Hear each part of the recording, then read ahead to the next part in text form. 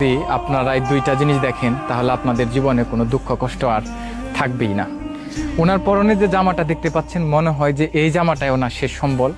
আর ওনার যে ঘর, এই ঘরের থেকে ভিতরের অবস্থা থেকে যদি আপনাকে বাহিরে মাটিতেও থাকতে দেয় তাহলেও মনে হবে যে আপনি যেন পৃথিবীর সেরা সুখী মানুষ। ওনার বিছানাটা দেখলে আপনি একদমই অবাক হয়ে যাবেন। দেখেন বিছানার অবস্থা কি, কোথার থেকে কত বছর আগে এই তুষকটা চেয়ে আনছিল সেটা বলতে পারবো না। আর এই দেখেন কিছু পুরনো জামা কাপড় কে দিয়েছে, কোথার থেকে পেয়েছে জানি না।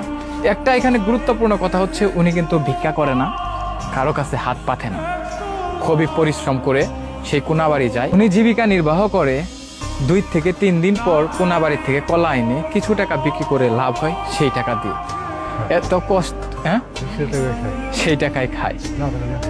আহারে, না পেলে না খেয়ে থাকে। দেখছেন উনি কি সুখী না আমরা সুখী বলেন তো?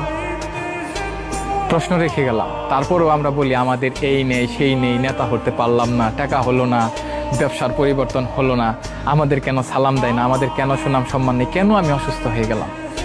দেখেন না উনি কোথায় আছে, ওনার কি অবস্থা। পাতার কথা ছিল, ভিক্ষে করার কথা ছিল,